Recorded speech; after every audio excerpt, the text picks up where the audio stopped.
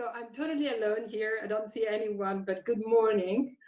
Good morning, everyone. I hope you're all safe and well. I don't see myself here, so I assume or anybody else that I'm online.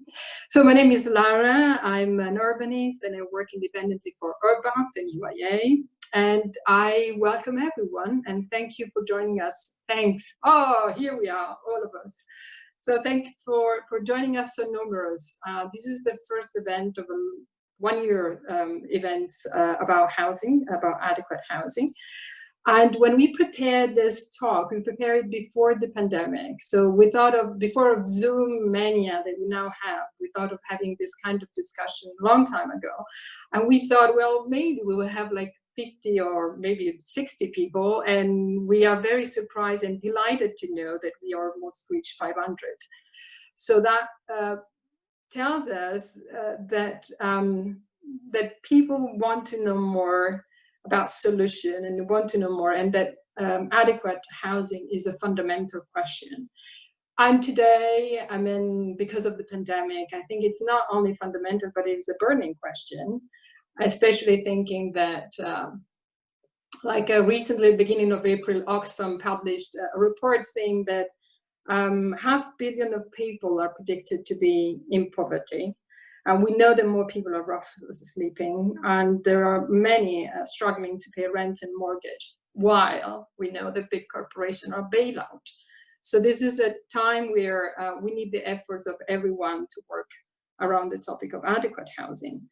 So what we do today, we plan to work and to share ideas and experiences around non-speculative forms of tenure, and the forms that see land and housing as a common good. So we will look at different experiments and practices around the concept of collaborative, self-built, social production of habitat, you name it, through case studies of two European programs, URBACT and Urban Innovative Action. And these are programs dealing with sharing of knowledge, capacity building, implementation of two different typologies of programs, and they cover more or less about 500 cities. And this is the first time that they work together. And we would do that with all the speakers that you see. They come from a different background and are not necessarily involved with these programs. So they are from activists, they are researchers, they are practitioners, and you will see them and listen to them in a minute. So as I was saying at the beginning, as you probably know from the website, this event is part of a series of events that we call Knowledge Hub. Around housing, and it's in line with the UN campaign, Right to Adequate Housing, also in line with the work done by the EU Urban Agenda partnerships.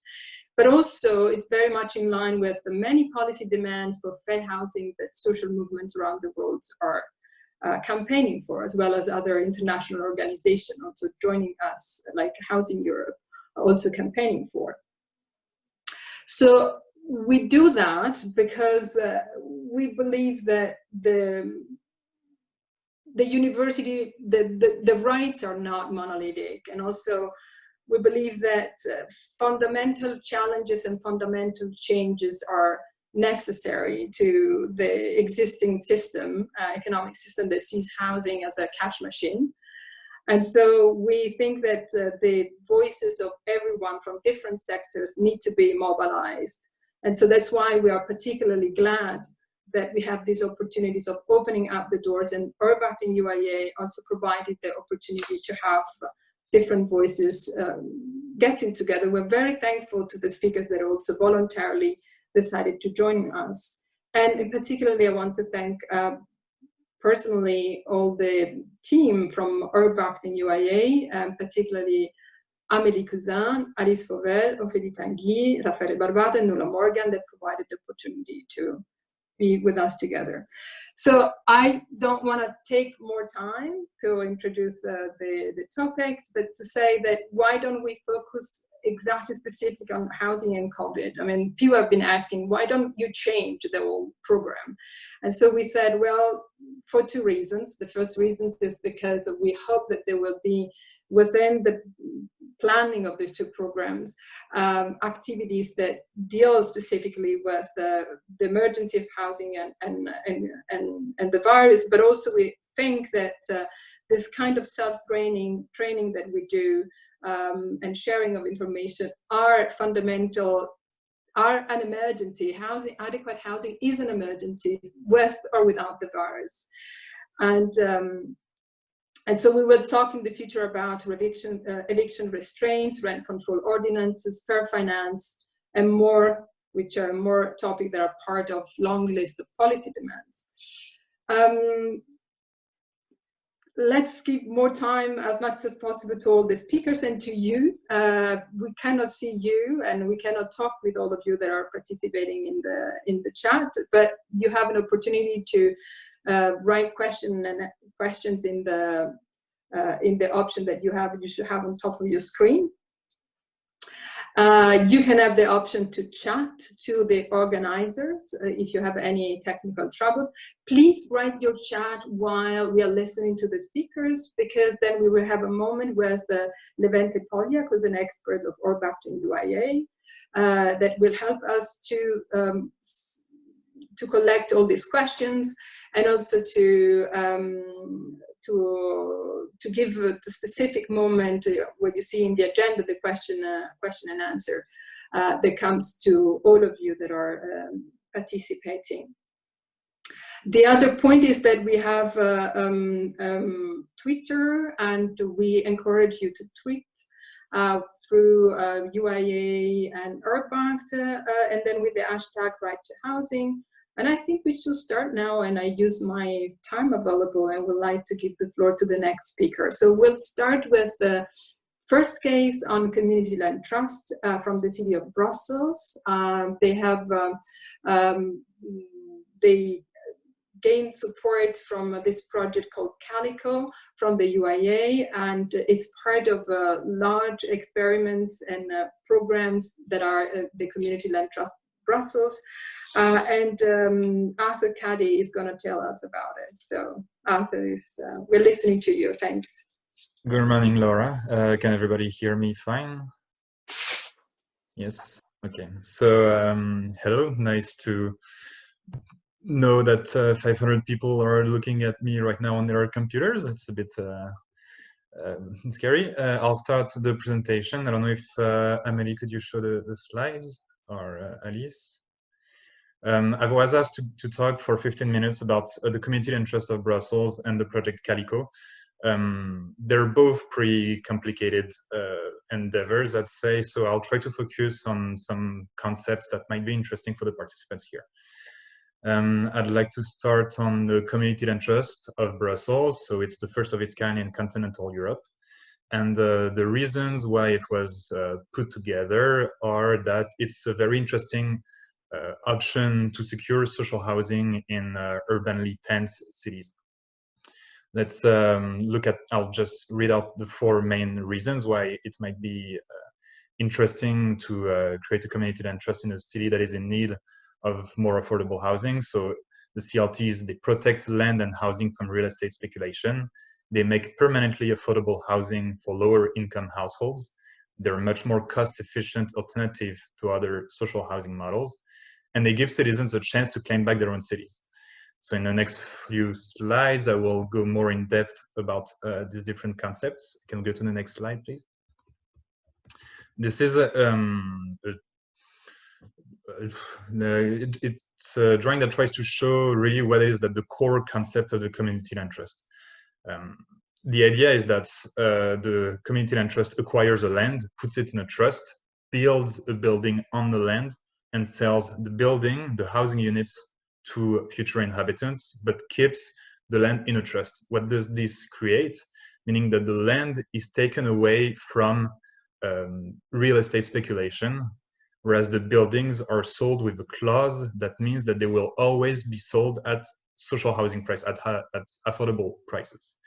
And the slides will be available for download if you need more time to regather what's put on the drawing. But basically, what makes it interesting as a solution for affordable housing is that, first of all, it's one investment, meaning that public subsidies go into buying the land and building the house, and then there is no need for public money anymore.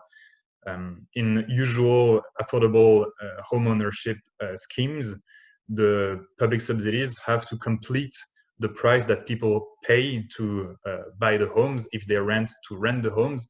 Whereas in the case of a community land trust, the public money goes into buying the land, building the house, and then that's it. The rest is covered by the sale and resale of the homes, which will always be at a capped price. And also an option for cities is to bring land without spending any money. If they have available land within their ownership, they can immediately provide it for the community land trust to build affordable housing on it. The main difficulty, of course, in this case is always getting land. As you know, places like Paris have become infamous for having a square meter that can be sold at 10,000 euros. So I would guess this is the main challenge. Can we go to the next slide, please? When I was saying that citizens can claim back the city with the community land trust model, one of the main ideologies in the community land trust model is to bring a governance system that includes citizens with public powers and with civil society.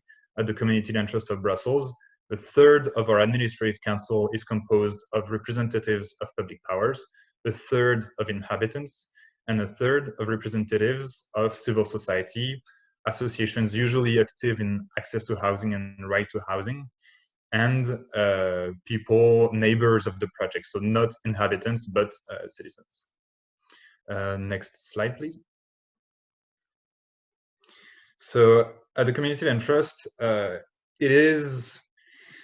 we try to involve communities. We cannot claim it is community-led, since we try to include communities, people who have little means, and sometimes a lot of our target groups are first-generation immigrants, people who didn't grow up in Belgium, so who don't have the means, the financial means, and sometimes let's say the cultural capital to bring together collaborative housing projects. So what we try is still to include our target groups in the different steps of putting together the housing which they will inhabit later. On the picture, for example, you can see what we call an archilab, which is an occasion for future inhabitants of the projects who have already been selected to move in the future housing to give their take on the architectural proposals and to make choices in the designs of the future homes. This is a very important aspect for us because we think it's part of giving back the cities to the community that actually inhabit them rather than real estate speculators. It's not just selecting how the building will be put together, but we also teach them in co-ownership, train them into managing a co-ownership with everything that it implies. We also try to create community spaces that local associations will be able to use. And overall, we try to really make land available at an affordable price for local initiatives. Next slide, please. So I'm project manager for CALICO, which is an UIA funded project. It's a very innovative experimental project with a lot of different aspects. What you see here are the logos of the different partners who are part of CALICO. So I'll present them very quickly.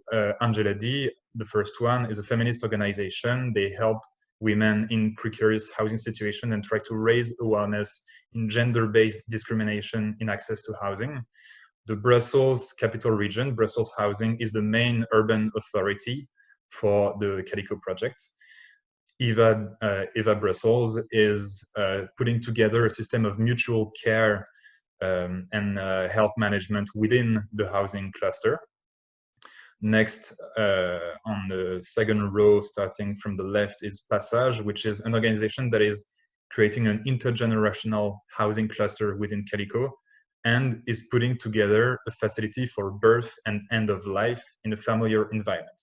It's also a very innovative concepts that will require a whole conference on its own, but right now I don't really have that time. Then Perspective Brussels is an agency of the Brussels region capital that brings data and information on the urban sociology of Brussels, let's say, and the urban situation. And the VUB, the Free University of Brussels, is doing a study on the project, which will be available when the project is done in October 2021. Right now, CALICO, well, I think we can move on to the next slide. If you can, Amélie, can we move to the next slide? Okay, so there are slides missing. I think there's a bit of an issue here.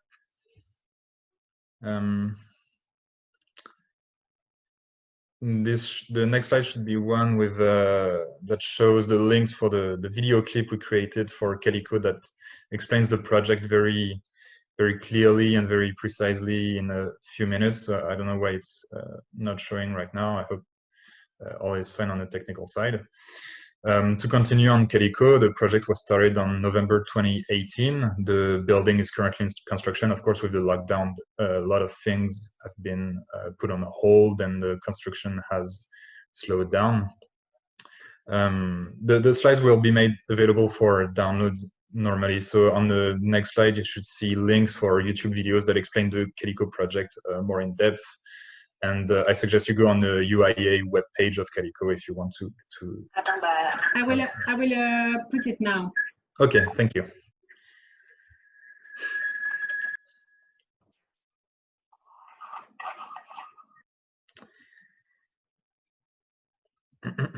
So I see already a lot of interesting questions on the community interest model. It's usually regarding the resale mechanism, but yeah, so CALICO should be, the inhabitants should move in a year from now if everything goes well. Right now, with the lockdown, it's not going very well, so we're more looking at a date of next summer, but all the inhabitants have been chosen, and right now we're not, but usually we do group forming activities with them because CALICO is a community trust project that actually tries to involve inhabitants a lot more in its housing project. We still don't see the slides. Is everything all right?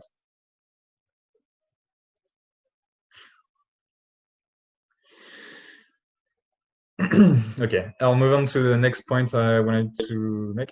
Something's happening.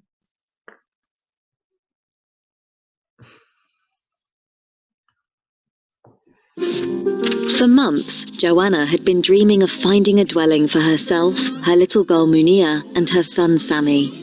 Yes, it's hard for a single woman with 2 children to find decent housing in a city like Brussels.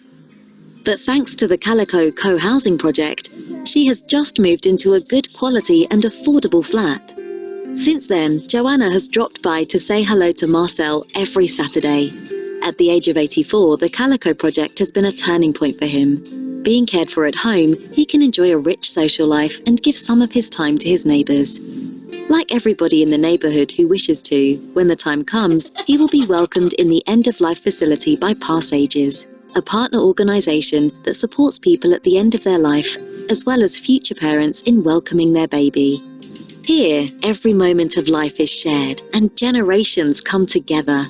And indeed, this evening, neighbours have met up in the common area to share a meal organised by Maria and Ibrahim. This is where they talk and dream together. At last, there is an innovative formula that interacts with the neighbourhood and meets the expectations of everyone. Thanks to the CLTB, it is possible to buy or rent a dwelling without speculation on land managed as a common good.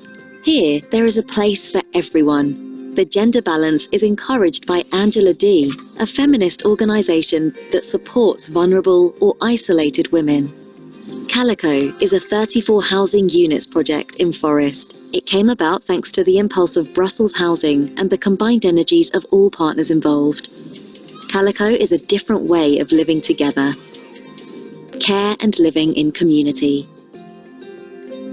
With the support of Urban Innovative Actions.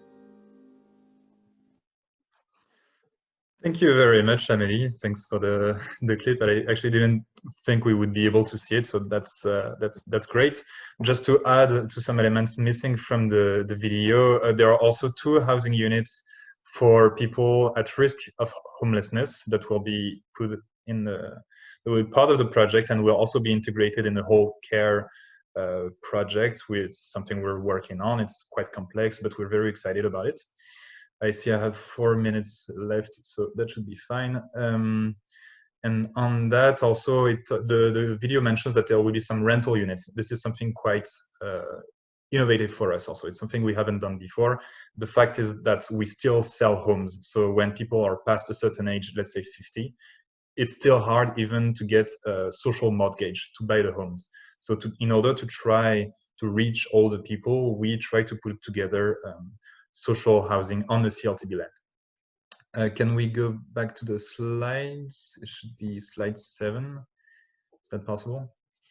It's just it's the one with the Interreg logo. Yeah, just before that one. Yes, thank you.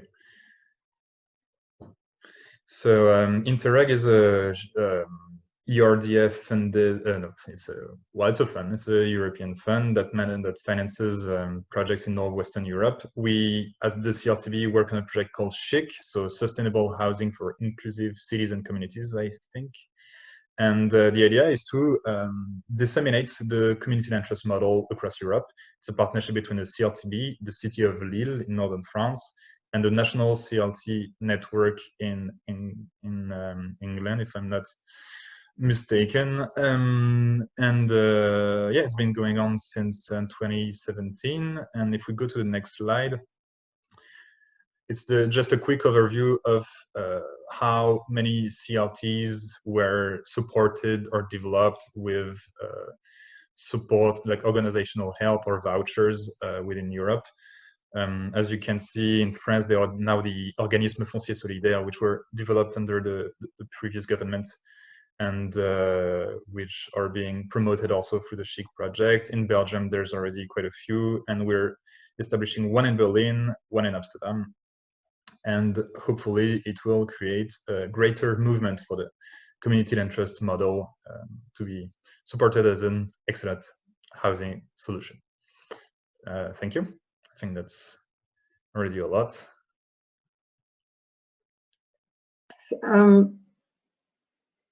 Yeah, am I on? Do you hear me? Yes, I think you should hear me now. So thank you very much, Arthur, for the explanation. It's very hard to talk when you don't have anybody else like showing and doing, like nodding, listening to I was afraid of making any jokes because I had no idea whether people would laugh or would be ashamed. Exactly. So it's very weird for me as well. So we are I've never done this before. So anyway, thank you very much for explaining in such a short time all the projects. And I know that there are people writing many questions, and we will come back together with all the questions. So I would like to give the floor to the next speaker. The next speaker is Dr. Michael Lafond. I know Michael from Berlin, from activist gathering, from meetings, from different types of encounters. And Michael is an activist, a researcher, and a practitioner, and somebody that works at the intersection of common good and collective ownership in Berlin on many different topics. And he has been publishing about co-housing. And so he's also part of a group of other friends and activists working on community land trust in Berlin. So in the list that Arthur showed at the end was one first experiment in Germany, and this is happening now in Berlin. And so we asked Michael to tell us a little bit about his work and about the first CLT in Berlin. So thank you also, Michael, for participating. And we will take you in back after when we go to the question and answer. Thanks. Okay. Yeah, good morning, everybody. Once again, thank you, Laura, for the nice introduction, and thank you, everybody with UIA and URBACT for inviting me to reflect for a few minutes and share something of a short story from Berlin. So if we could go to my presentation, then we'll jump right into it. So you see the title, Co-Production and Commoning, Co-Housing and Community Land Trust. Part of my reflections are encouraging us to see the connections between the housing initiatives, if they're cooperatives, co-housing, or whatever we call them, and community land trust at the structural level. But I would also like to make the connection to the urban planning level. Thank you. Yeah, okay, to the next one. Good. So as Laura said, I've been in Berlin for the last 30 years, and for the last 20 years, been working with the Institute for Creative Sustainability. Two of our main projects on the left, the Co-Housing Berlin database we've been managing with other partners for the last 10 years, networking, publicizing, supporting what we call co-housing for this region, and doing publications. So the Co-Housing Inclusive is the most recent and most popular one, focusing on the necessity to open up cooperative and co-housing and consider how it can be more inclusive. So let's go to the next slide. What is co-housing? That's a bit of our discussion today. We have some different terms here: collaborative housing, community-led. I tend to work with co-housing as an umbrella term. And when I say that, I emphasize these 3 points. It should be self-organized. This means a strong degree of participation, something like a direct democracy. Community-led, it doesn't always have to be this, but this is a trademark of co-housing. And if it's done well, it's connected to the sustainability crisis as well, and helping us with our challenges of regeneration. Okay, next.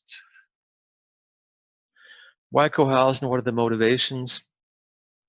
Mobilizing people and resources, especially when neither the government nor the private market housing developers are developing adequate and affordable housing.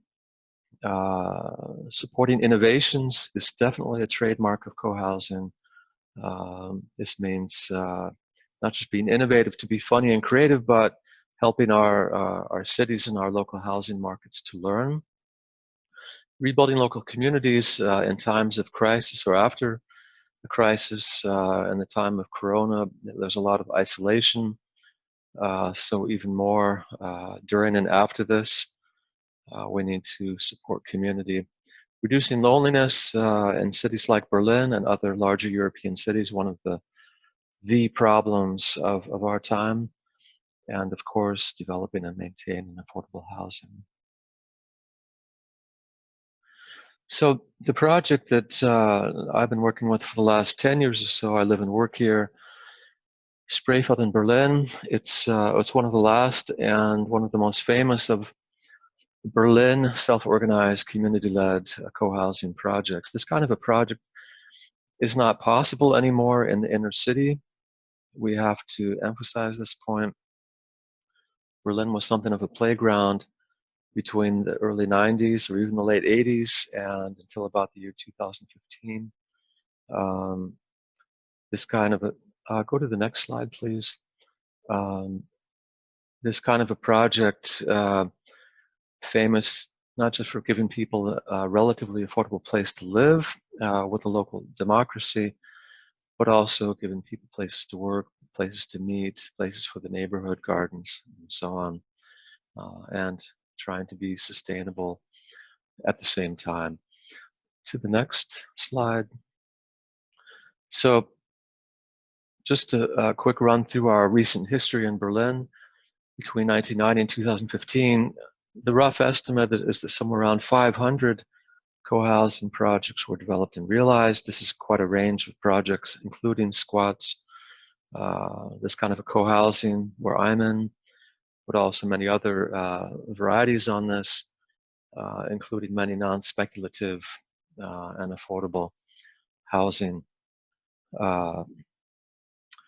examples.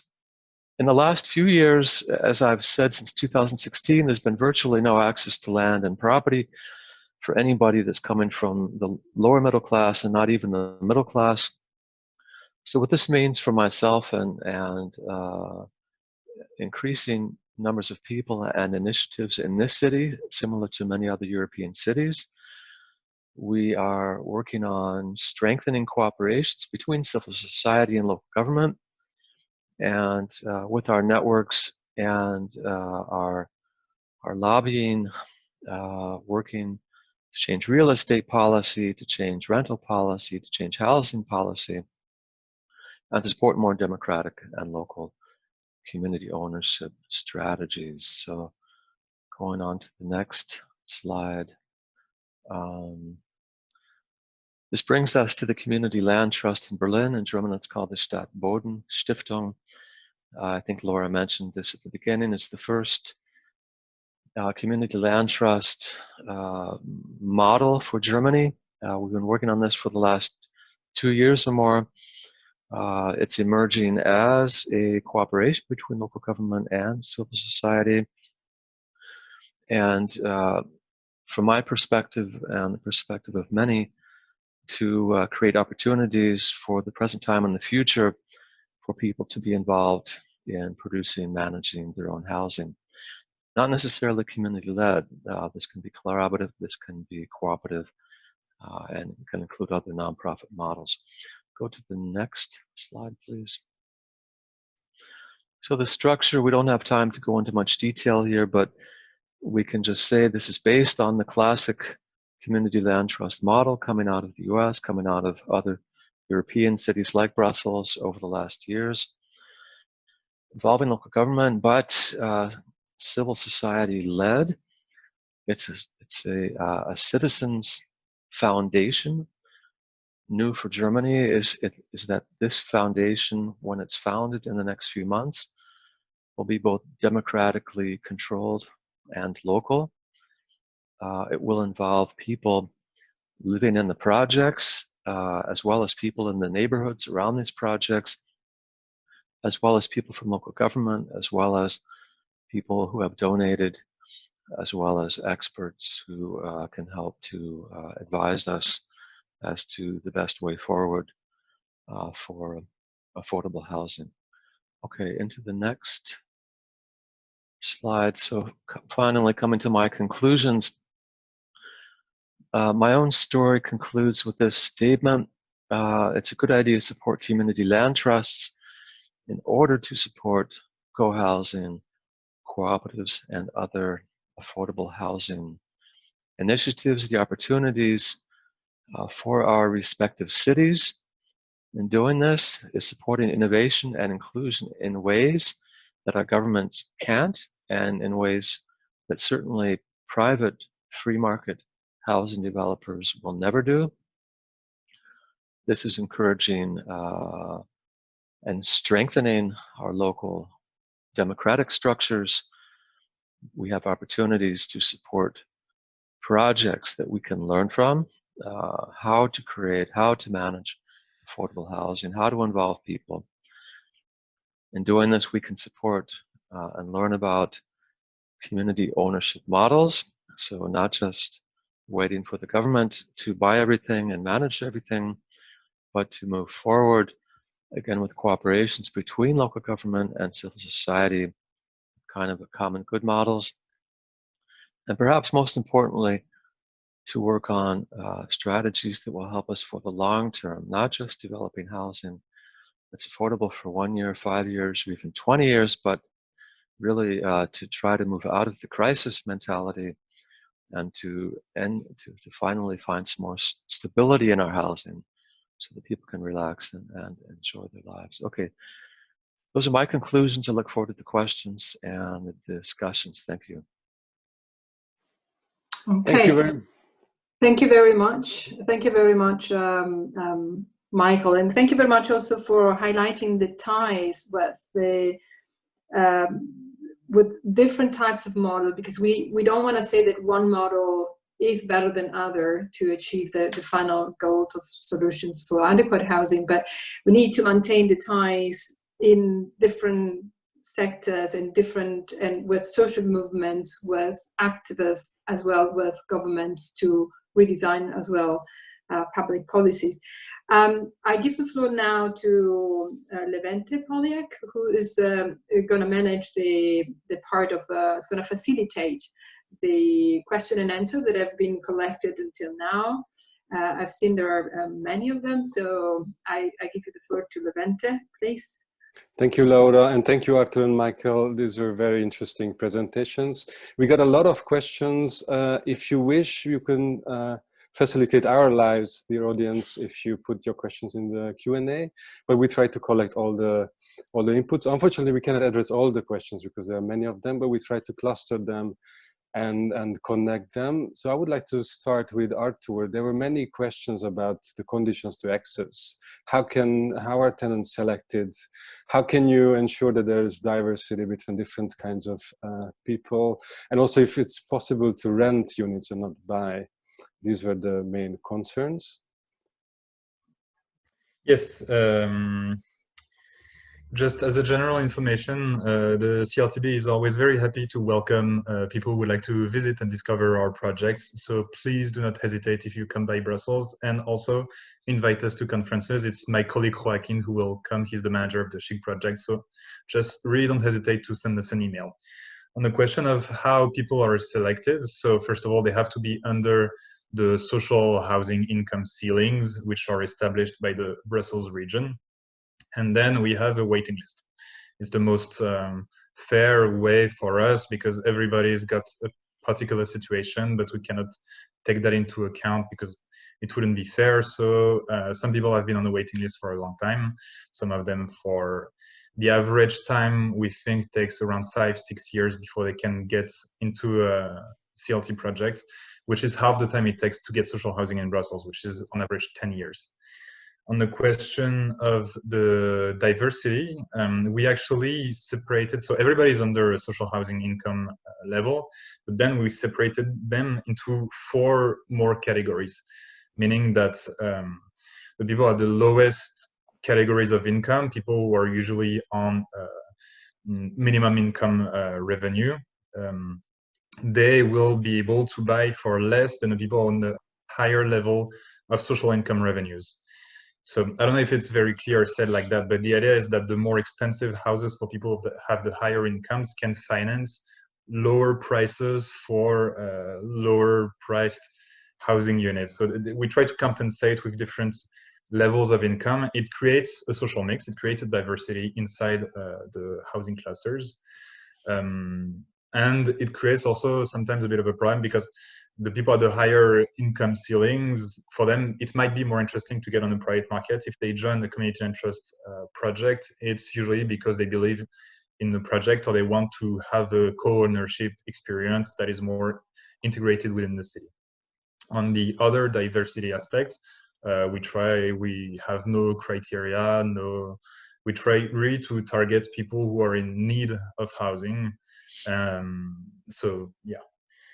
On the question of rents, it's something that it's not, let's say, in the DNA of the community interest of Brussels. We try really to make people own their homes, to take them out of the rental market, provide them a bit of a stability, of a security, know that they can never be evicted. But when people are over 50, they cannot get even a social mortgage. So that's why we are trying to develop rental for these specific kinds of target groups. And there was something else. I saw a question I wanted. No, I think we're good for now. Thanks a lot. I hope this answers at least some of the questions. I would move over to Michael. And a little bit, I mean, also concerning Brussels, people were asking about the relationship with municipalities, but I would like to put this question on a broader scale, because you mentioned you're working on more collaboration with municipalities and more strategic collaboration is needed. What would this mean in your case in Berlin, and what is your experience, because you've been researching a lot of cases across Europe? How can municipalities support co-housing and CLT initiatives? Okay, well, to start with, I think it's important for all of us to reflect on the connections between housing initiatives. So if that's cooperative housing, collaborative housing, or even a community land trust, that in the end, for this to work well, we are in a local landscape or a policy landscape. So we need to support, let's call it progressive reform in our respective cities that deal with, and I mentioned this, real estate, rent, as well as housing. So we're in that context. And it's not enough to exist as independent islands with special projects. So that's an important lesson for me in Berlin. And I'm happy to say that Berlin is actually doing fairly well, thanks to an active civil society and a cooperative local government that, in fact, we're making progress with reforming housing, rental, and real estate policy. The community land trust is getting attention at the district level as well as the city-state level now. So we're encouraged that that the communication is healthy enough here that we can take further steps in the next years. But again, so I say building off of a policy foundation and then looking at these particular initiatives. So a community land trust is a new one. And we won't change the housing market from one year to the next, and not even in 5 years or 10 years, right? But we're working into this landscape. Thank you very much, Michael. I would move back to Arthur, asking a little bit about their relationship with the Brussels municipality. What did the Brussels municipality, or rather region, help in establishing the CLT? Well, first of all, they provide us with funding every year. There are several social housing systems working in Brussels, and we are one of them. So we get financing for the general organization in that way, and they also provide funding to buy land and to build housing. And we were recognized as we get more and more recognized by the city as a legitimate social housing provider. I won't go into too much detail because I don't master all of it, but yeah, it's essential to have the city's support, especially since we are trying to find available land to build our housing units. Okay, thank you, Arthur. So it's very important that, as you mentioned also in your presentation, that land can be made available by cities. Michael mentioned more strategic collaboration, working together on policies. We have time for one very quick question related to the spread of CLTs. Michael, I would go back to you. Why is that Berlin, after 500 coop housing, is looking into the CLT model? Why is it a change in your strategy? Please, very quickly. That's a good question. Some people would say that Berlin already has enough options or models or structures to develop and manage affordable housing. We, with the Community Land Trust in Berlin, would say the Community Land Trust has some things very specific to offer that are really new. So again, the cooperation with the local government, but being civil society led and democratic, and the fact that it's for the long term. We are concerned about developing large amounts of city-owned housing, which we're doing again, that maybe 20 years later we'll go back into the speculative market. So those are the main points. We think, in fact, there is a niche, which could be a big one, we're working to fill. So we look at it as a learning project and a learning project for Berlin, so people can reflect what are maybe the weaknesses of the other models, which are not so bad, but which things could be better. Thank you very much, Michael. So I hope many of the people in the audience, also from municipalities, also from initiatives, they can inspire from the Brussels CLT and also Berlin cooperatives. I would give it over to Laura, who will introduce the next speakers. Yeah. Thank you, Levente.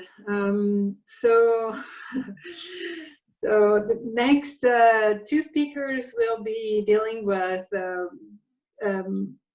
more traditional forms of collaborative housing, and we will talk about cooperatives. We have a case study that is from the city of Chemnitz, from URBACT project called Altbau.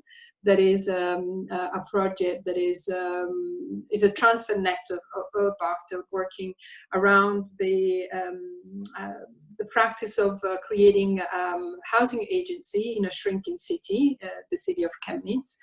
And Volker Tzschucke is going to talk about the experience of creating the cooperative within in a situation of a shrinking city. And then we will have Andreas Wirz, who's going to talk about, with more possibly historical perspective, about the cooperative housing in Switzerland. So I give the floor to Volker. Hi, please. Hi, everybody. You find me in my office. I have to ride to work at the moment, so I normally use it. So perhaps we can see my slides, and I will come a little bit closer. So I'm speaking about our cooperative Brühl-Pioniere.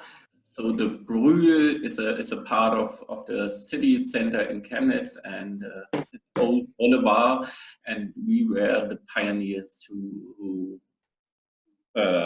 jumped in to renovate some houses there. So we were founded, next please, we were founded in March 2013 by 12 inhabitants of Chemnitz. The most of them are working in the creative businesses or as medical professional, in medical professions. So when I say we founded in March 2013, we needed 2 years before from the first meeting to find ourselves. So it took a long time to start to find the first house, to buy the first house, and we started renovation from June 2013 and ended the first house in June 2015. Today we own 3 houses, so we bought some more after the first, and 52 people living in our 3 houses, and we have 2 business units. We invested 2.4 million euros. So next please. So maybe you know Chemnitz from the autumn 2018, the incredible pictures all over Europe. But normally we are a shrinking city in Saxony. We had 300,000 inhabitants in the end of the socialist period. Now we have 50,000 less. So we had thousands of empty flats and buildings in our city, and hundreds were demolished. But there was also a gap of bigger flats. So this was the point where we started our project. Next, please. So what we 12 people wanted was to live together in one building. We wanted to live in bigger flats than before, with the same level of monthly spendings, of course, for rents or for credit rates. We wanted to live in a higher level. But we also wanted to live everybody in its own way. So we had singles and families, and each could create his own flat. So in the picture you can see 2 of our houses. I don't know if you can see my mouse, but you have a look on our backyard. So this was the first house and this was the second house. So next, please. So this is a short view on the third house, you can see different stages in the house, and you can see every flat is different from the other. So we tried to make a very creative flats. And so please the next. So we had huge plans, but we were a group of people with no money, or nearly no money, with no knowledge of the real estate market, with less of time because we all work in other professions. And of course we were people which never built a house before. In the picture you can see our first CEO, so and our first house in the background. So it was the main problem was to get the trust from other people, from banks, from the city administration, that we can manage it.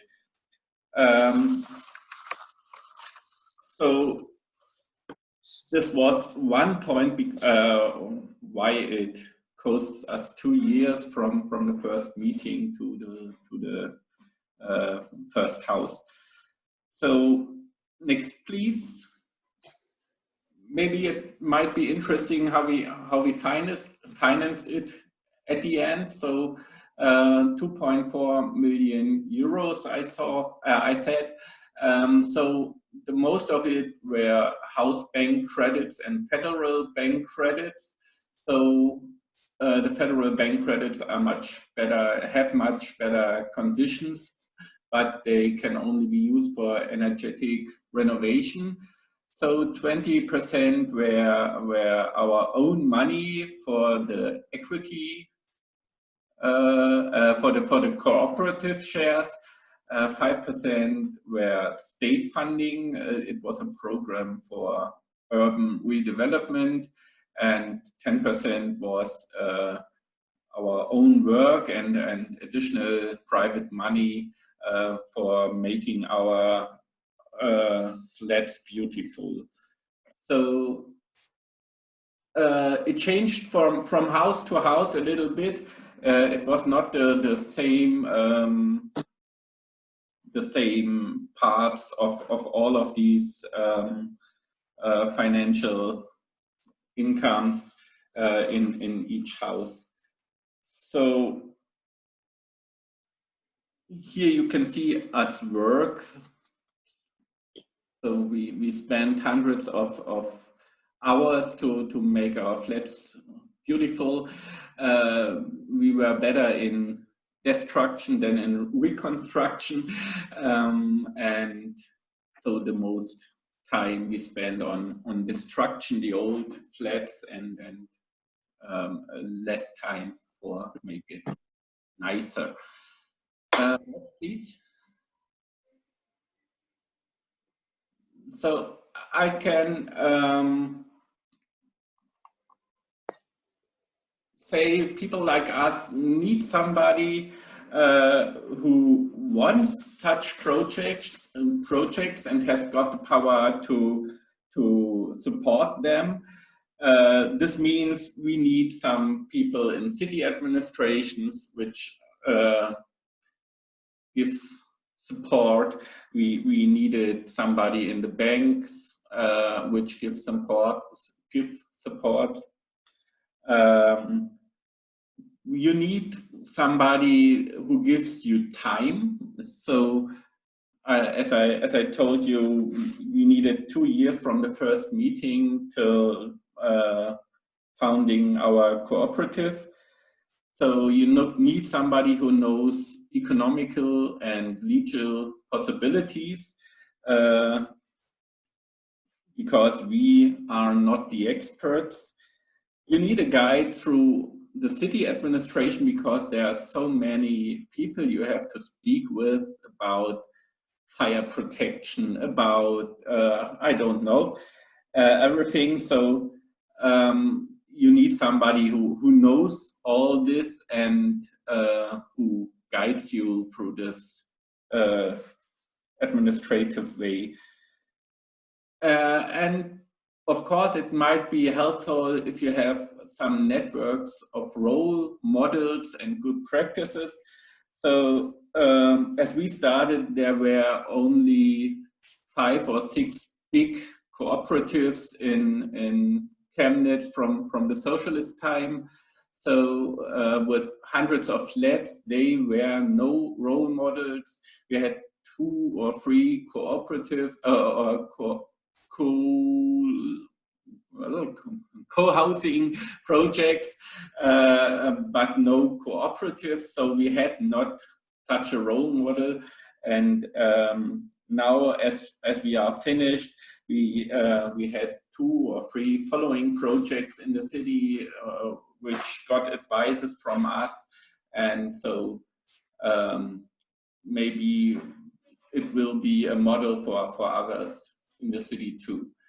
And of course, you need somebody who is open-minded for creative solutions, because we had a lot of creative solutions, and not each we could do, but some we could. So next is here you can see some views in our new flats. The CEO from the beginning and me in my rooftop flat. So, and perhaps the last 2 slides. I told you what we needed, so I can tell you too why you should be this kind of somebody. So people which build houses don't move to another town. For a shrinking city, this is a very important fact. People which were supported by public administration are open-minded to support public interests too. So we have a lot of actions where we support parties or other public interests. So people who are successful can be a role model, as I told you, for upcoming projects, and people who feel safe in their living conditions produce children, as I told you. So we have 20 children now in our community, and that's it. Last slide, you can see one of it. So thank you. I'm finished. Thank you very much. I think thank you, Volker, for telling the experience of Chemnitz and going out of the big cities that are in the radar of many of us. I also would like, before we move to the next speaker, I would like to come back to one of the questions that has been asked online by Sasha Gajewski and Philip Klaus, that were questioning the model of the CLT in Brussels, and what they're asking, the plus 25% added value, they were asking for whom is the 25% added values for the municipality of the seller. And so Arthur was answering in the chat. I'm not sure everybody has access to this information, but I want to share it, saying that this is not actually, it's the 25% is for the seller. So meaning that the seller, once they don't want to stay in the apartment anymore, is allowed to sell it, and for the regional plan can get to sell it for the regional price plus 25% of the added value. This is, in this way they will build capital to stay affordable.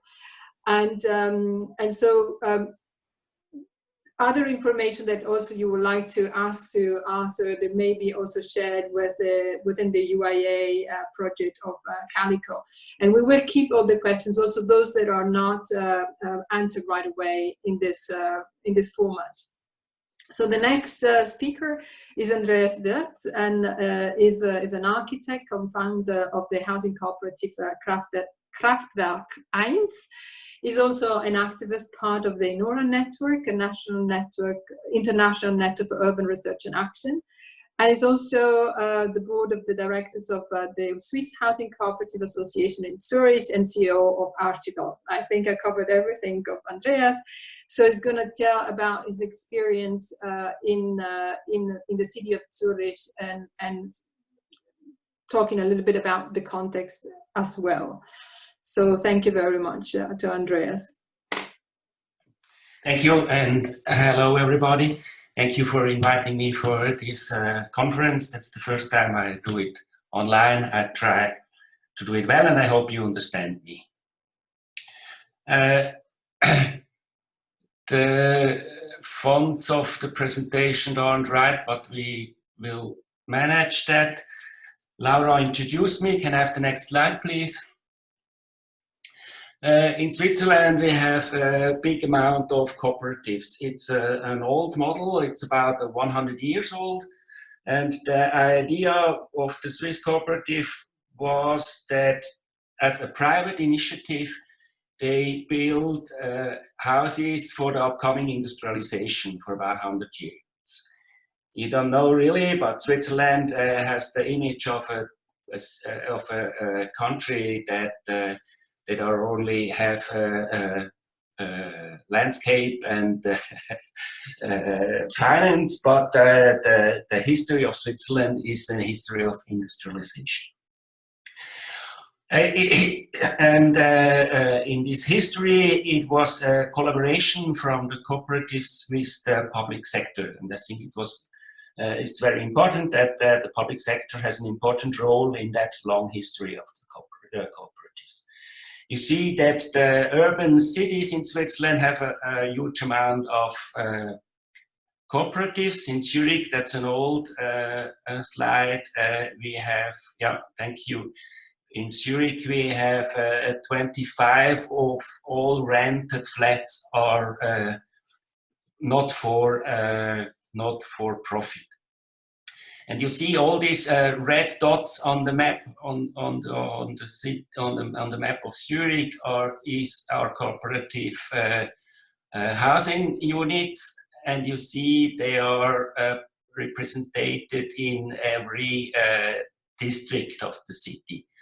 I think that's very important. It's not the idea of the Swiss cooperatives is not only social housing, it's kind of self-help organization for also for the middle class, for the poor and rich too. I think it's for us it's very important to have this mix of people in our cooperatives.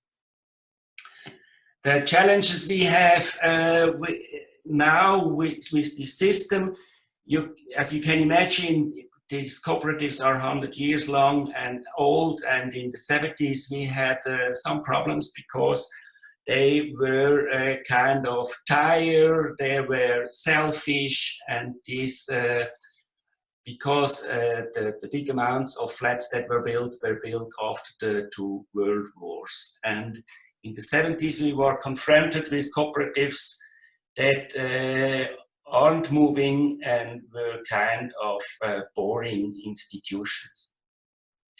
In the 1910, after the first crash of the real estate sector, and with the youth movements after 80, there were people coming with new ideas, with alternative ideas of living together.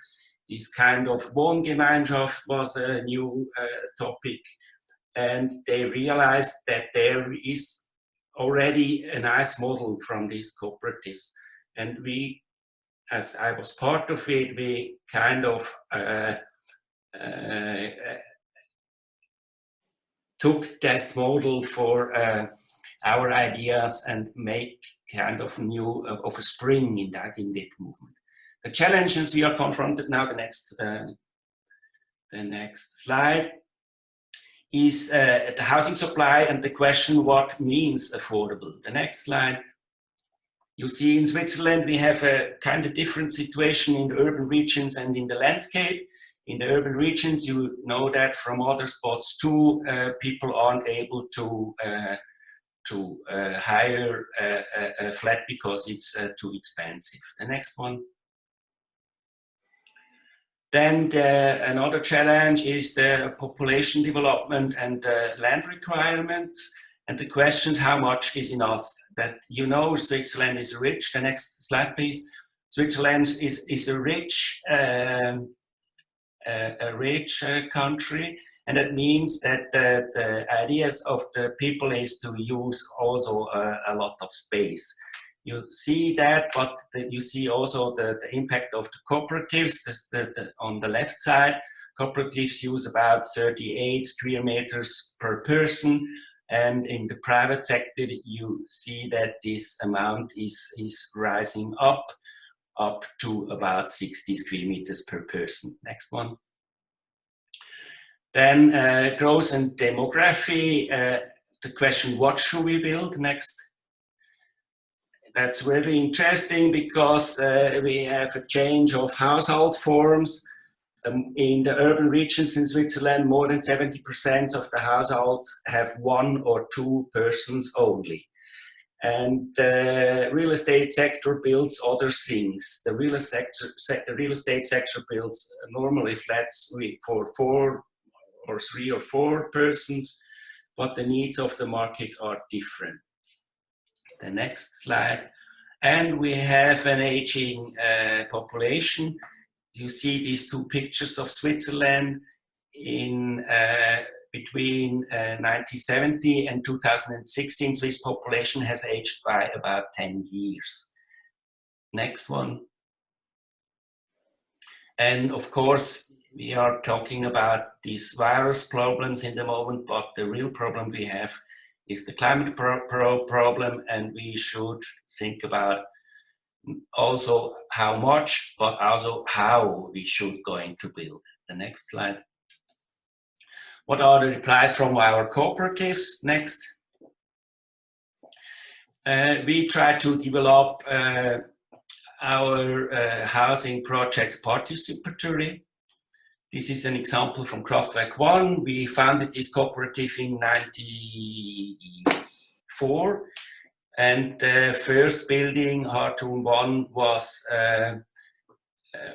finished in 2001. You see, it's about a long period of development, and it was one of these first cooperative buildings for alternative housing in Switzerland, and I think in the whole of Europe. The idea was to have households up to about 20 persons, mixed also with single households, to have a rich and enrichment community that is really diverse. The next one. Then 2012, also Kraftwerk 1, the questions with all these single households. We try to develop new typologies, this cluster wohnen. It's now done about all over Europe. The idea that you have a single person, not only a flat for you, that you have kind of a sub-unit that you can use with your own kitchen, but you're part of a bigger flat, of a bigger community where you share a big kitchen for all. Next slide. Also the question of mixed diversity, that's a project in Zurich, also Kalkbreite 2014. The idea was also to have a diverse offer of flats. You see in the background all the possible flats, and the size of these units, you see that it's very diverse. Next. And the question of the sustainable neighborhoods, it was the idea to think in neighborhoods and not to think only in houses or buildings.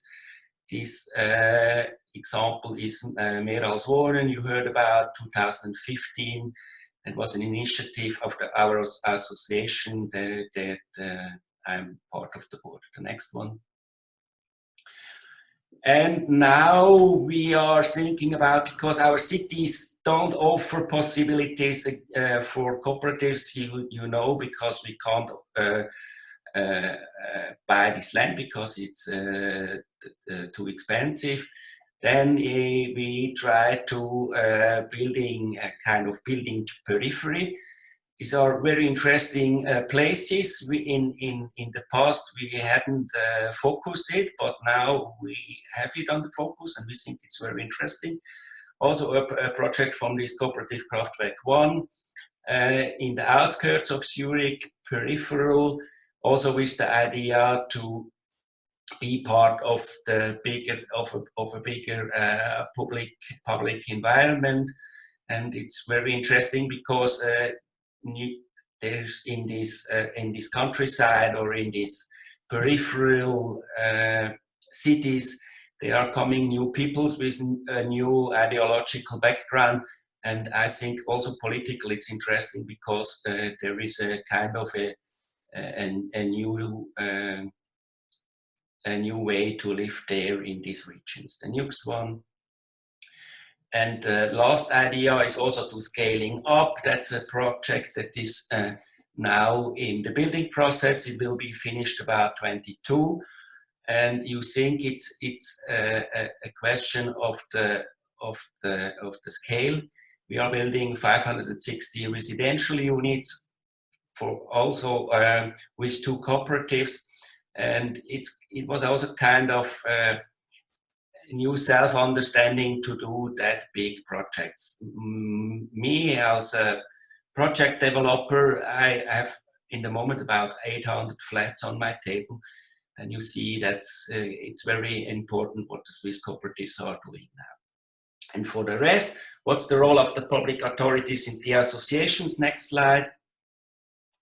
We have municipal regulations in the city of Zurich. That's really interesting because the city of Zurich has one aim is to get a 2,000 watt society, and that 1/3 of all rented apartments should be not for profit.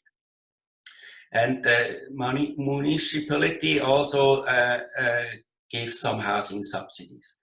Then on the cantonal layer, we have a cantonal regulation also for housing subsidies. And on the federal layer, we have a housing promotion law.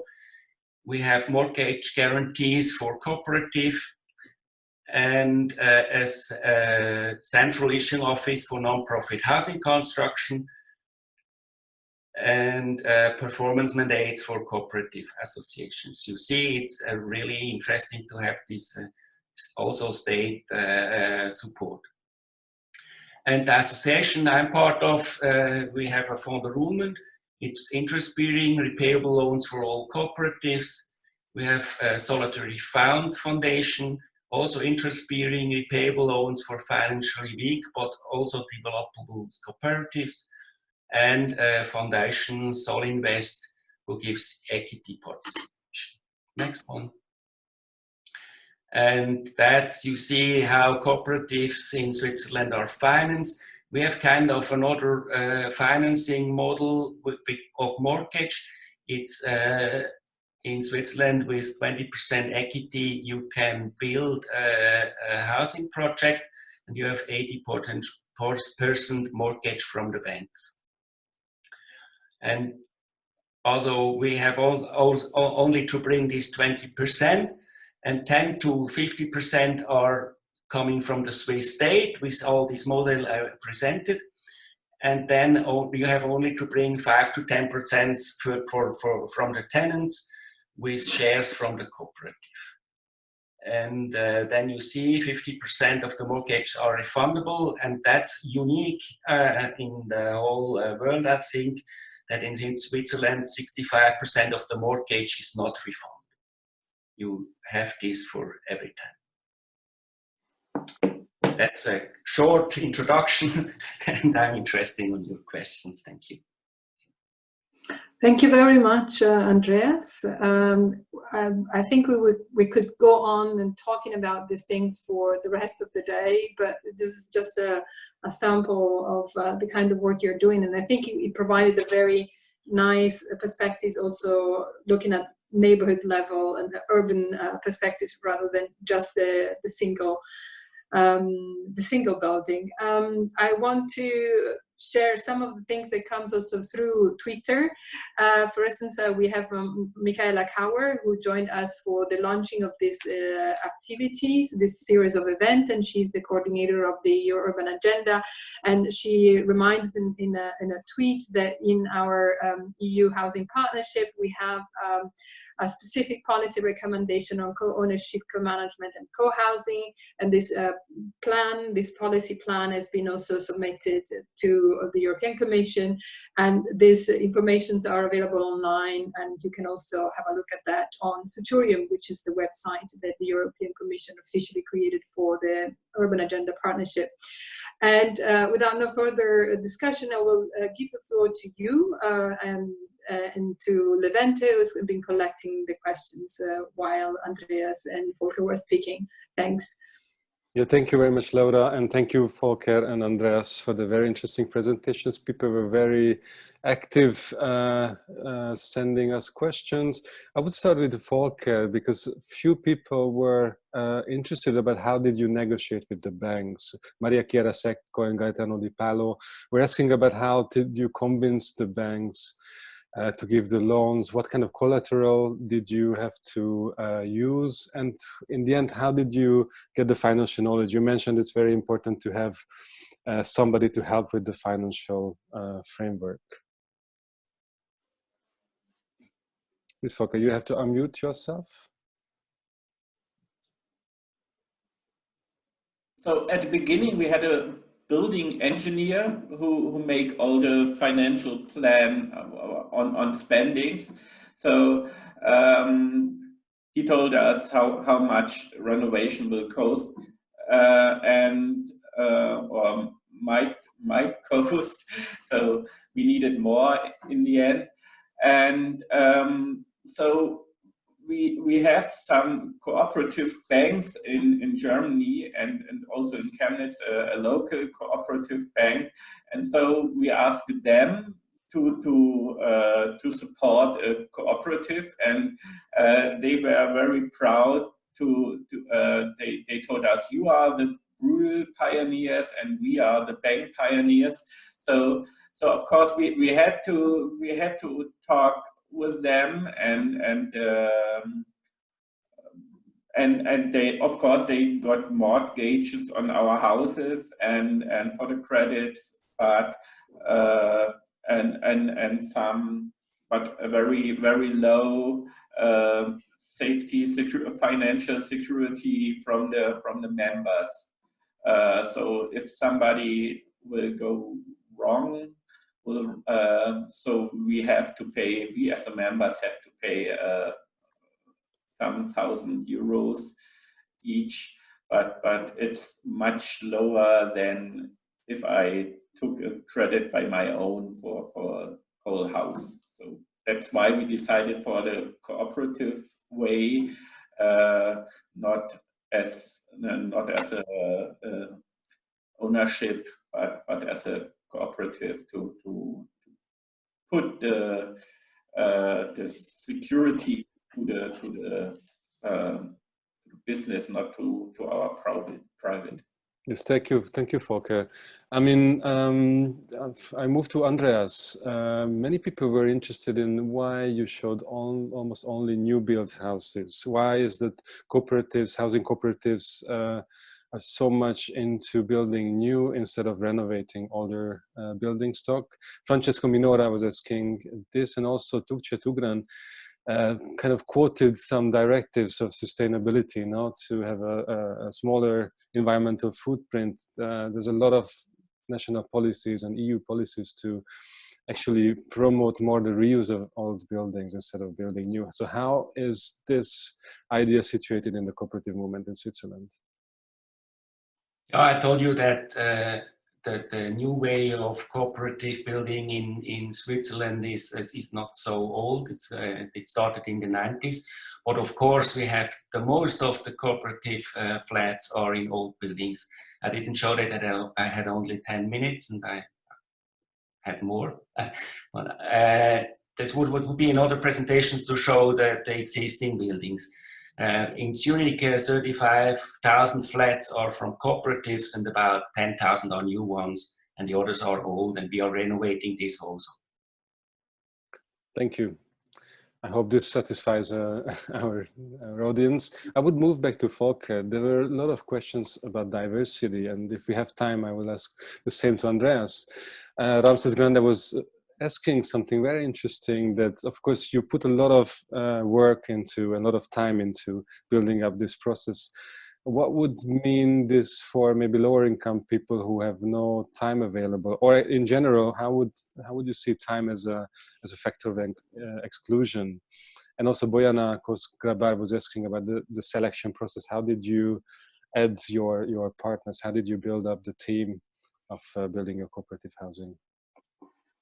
So I think in the beginning there were some people who already lived together, and they had to leave their house because of renovation, and they know the rents would rise, and so they decided to do it their own way. So they already knew each other, and then they put some people into this network who they think they could help. So me personally came because they knew I have a business. I know a little bit about financial figures, and so they added me, or asked me if I'm interested, and I was. So because for me it was a challenge to do it.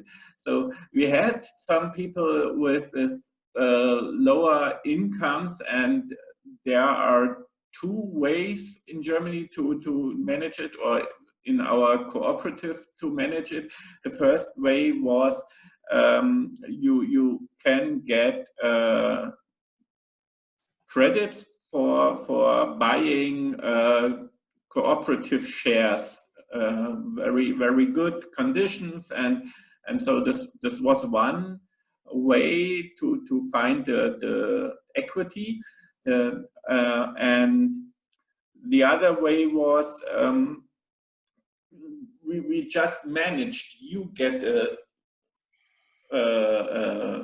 little bit less, or a smaller flat, and you got a bigger flat, and if you want the rooftop, you have to pay a little bit more, and something like that. So it was discussions. It were discussions. We lost some people on this way, of course, and we had to find new, but it worked. So rather an organic process than something planned from the beginning, of course. Thank you, Volker.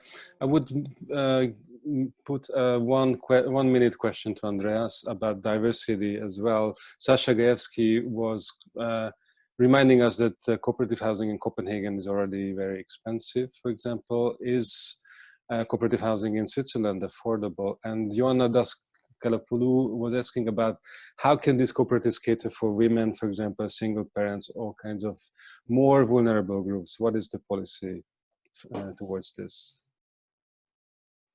Cooperative housing in Switzerland is the most affordable way to live in Switzerland. There are no cheaper ways to live as cooperative housing. And on this, yeah, it's very open. It's very open for very different people.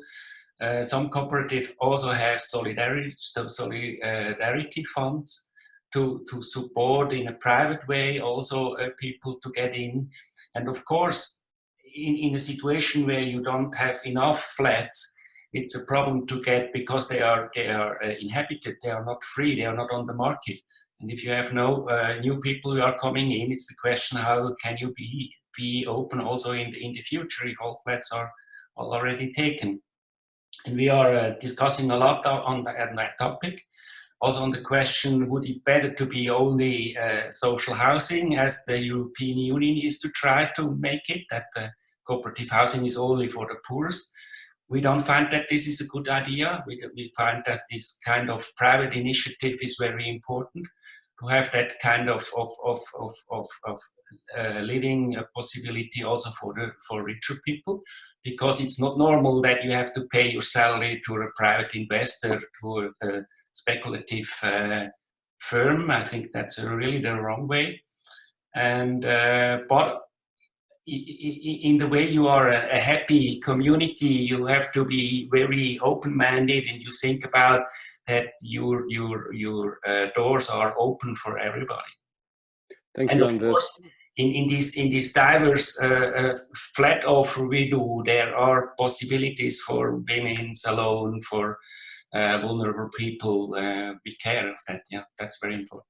Thank you, Andreas. And this is a very important message, I think, for the whole discussion. And we can see that a big part of our audience is very much interested about how to create tools that ensure the diversity in these new forms of housing. So this is a very important message that we will have to come back later as well. Thank you, Volker and Andreas, for answering the questions. I would give it over to Laura, and we continue with the next one. Yes. It seems that it works, this process of giving words to one another. We're very worried about this. So I just want to obviously warmly thanks the past speaker, but also think of some links that can be built through this kind of conversation that we are having with lots of other people that are working in this topic. I'm thinking of that last year with the Housing Europe, International Union of Tenants, and Delphi in Paris, we collected a lot of interesting practices for the European Responsible Housing Award, and some information, some models on cooperative housing. I remember that we there was a prize given to La Borda, a project in Barcelona. There are many websites like URBACT that is also collecting different case studies around cooperative housing and collaborative forms of housing. And so everybody's encouraged also to further look and further ask questions. And it's interesting also that in the chat, I don't know if it was shared with everyone, we have comments or saying, for instance, that yeah, as much as I like all this model, is still, even The Economist, there was somebody writing in the chat saying, even The Economist said that, came to the conclusion that ownership in itself is part of the problem. So this is a thing that we won't give an answer now, but it's quite interesting to look at how different models of interpretation of non-speculative forms of tenures have been experimented in different places. And so we are lucky enough to have also people speaking from Budapest, from a UIA project called E-CO-Housing. So they use this title for the project. And as far as I know, I don't know directly, this project is one of the first co-housing experiment in Budapest, and also focusing on reduction of CO2 and energy poverty. So it's also a new project for me. So I'm very happy and curious to know about Rebeka Szabó, if I pronounce well your name, telling us about your project. Thanks, Rebeka.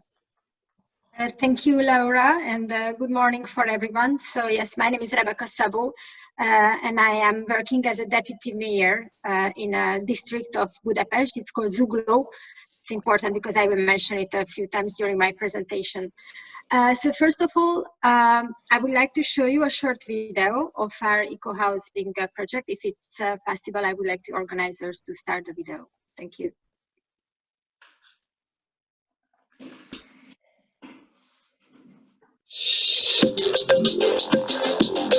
Zugló has gained the opportunity to implement a unique project by being granted in the UIA, or Urban Innovative Actions Programme of the European Commission. As the main objective of the eco-housing project, an innovative near-zero energy balance municipal social building with smart solutions is being designed and constructed to provide low-cost housing to district residents.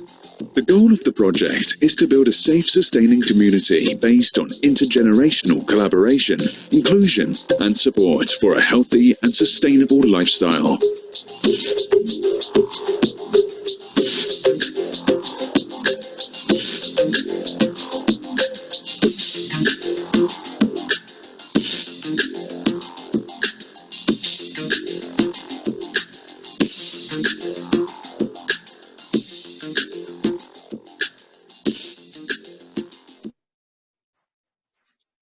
Yes, thank you. So as you might have seen, this project is supported by the Urban Innovative Action, and basically it aims to be a model for establishment of a collaborative social housing community, which is co-created by the municipality and also its residents. We would like to provide a secure, of course, non-profit, a low-cost and affordable housing, and also to meet the environmental standards regarding the climate crisis we are facing. And we would like to also create space and community together with our future tenants. This building will be a multi-story construction. It will have 27 residential units of different sizes, and we will have a community area as well. During the construction, we will use recyclable materials, like, for example, there will be wood in the structure, which is really not common in Hungary. And we will use, of course, renewable energy sources, and we would like to create like a greener urban environment. So basically the target group, I mean, to whom we are building this building, is a cross-section of people. There will be families from the district, from our Zugló district, who are in need of housing. So it's like you can think about single-parent families or larger families, disabled people, or even elderly couples. And they will be selected through a new selection criteria system, which will be prepared during the project by the social working group. So next slide, please. Yeah, and there are the actors involved. So you might have seen at the end of the video that there are several partners. So the lead partner is the municipality where I work. Of course, we have our municipal asset management company. They will be responsible for the maintenance of the building later on. There are SMEs, two with the know-how of architecture and energetical issues, and one with the strong process management and communication skills. There are NGOs in the project. They deal with environmental research, green architecture, and also there is one with social housing. And we also included the university. They have a lot of knowledges, and they really work on also on the scientific part and the research and working with the people part. So yeah, one more, yeah. Basically the background, why is it so important for us? As Laura mentioned, and the first part, that housing is a really serious issue in Europe and also in Hungary. We can say that there is a housing crisis in Budapest. And unfortunately, there is no social housing strategy on the national level, on the governance level. So the growing need for housing is a very strong pressure on municipalities. And as a deputy mayor, I am responsible for social issues as well. I have to say that in my everyday work, I face a lot of human dramas and a lot of problems which are coming from the situation that people just cannot afford to have a decent housing in Budapest. So our municipality decided to tackle this issue, and we would like to show a kind of best practice example with this eco-housing project. So, and on the next slide, you can see a few pictures. So it will be planned through co-designing. There will be community spaces. And it was also a bit difficult because when we started to plan the building, we didn't have the tenants yet. We don't have the tenants yet, in fact, at the moment. But we created like a focus group, which was a bit typical for the social background of the tenants, and we started the planning with them. So, for example, it resulted in the community spaces. You can see the corridors of the building. They are really connecting the apartments, and they can also serve a little bit as community spaces. And also we will have a large 100 square meter community room in the basement. And also what we will do with the tenants after the selection is the creation of the backyard garden. As you can see on the photo, there will be a backyard garden. So, and on the next slide, you can see, just as an example, that we will really focus on that our building will be a nearly net zero energy building. So there will be heat pumps providing heating and cooling as well. We will have photovoltaic panels. We will have efficient lighting system and energy management systems, which will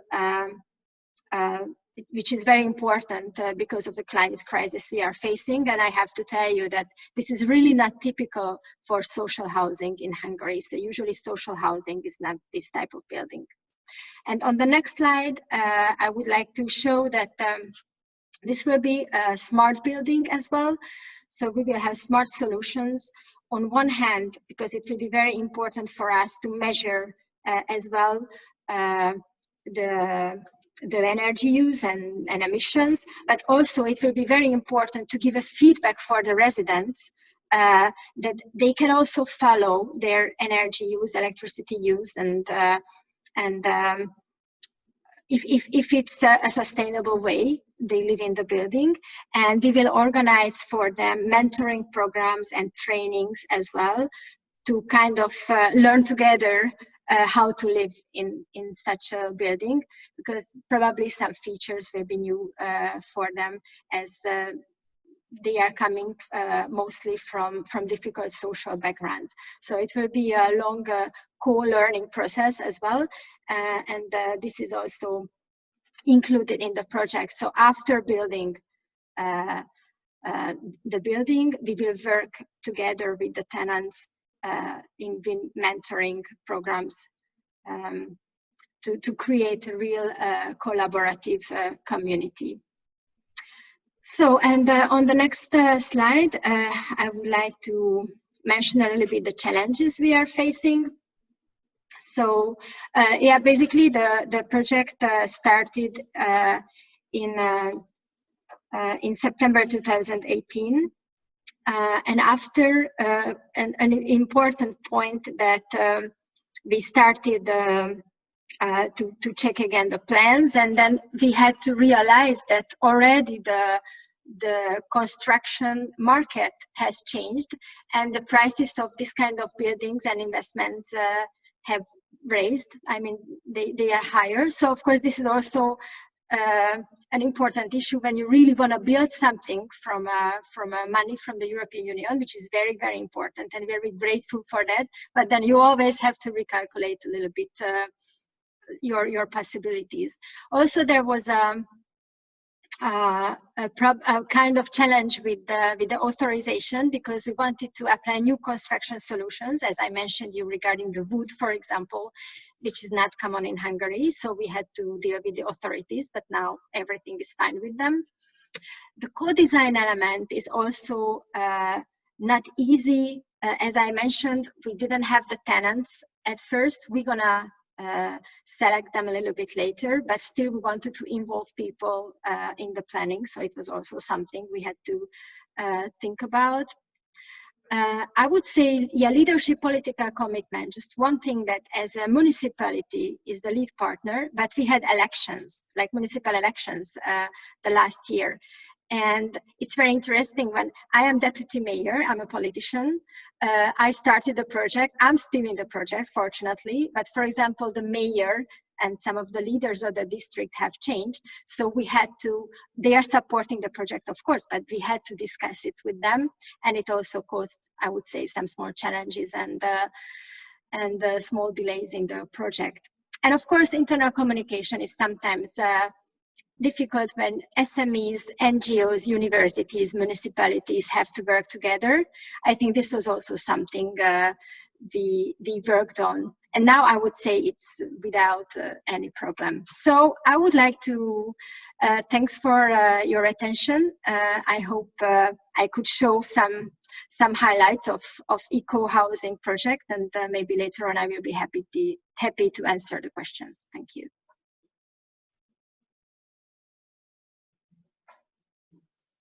Thanks, Rebeka. Thank you very much for presenting and also bringing the voice of in your role as a politician. And I think it was very interesting to also bring in the lights and shadows and the challenges of this ambitious project, I would say, for your context, bringing it to us, showing that not just a good project it comes on its own just because you want to create collaborative forms of housing, and there are lots of tensions that played out, and they have to be brought into the picture.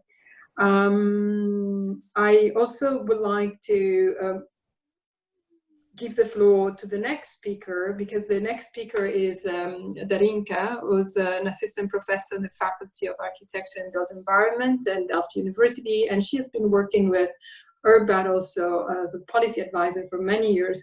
And she, when we invited Darinka, we also thought that she could give us a perspective on the broadest definition we can use of collaborative housing. There are many also critical aspects in the concept of co-housing, like who gains out of it, who profits, how are all cooperatives non-speculative in a certain way. I'm just pushing the boundaries and I'm just exaggerating a little bit.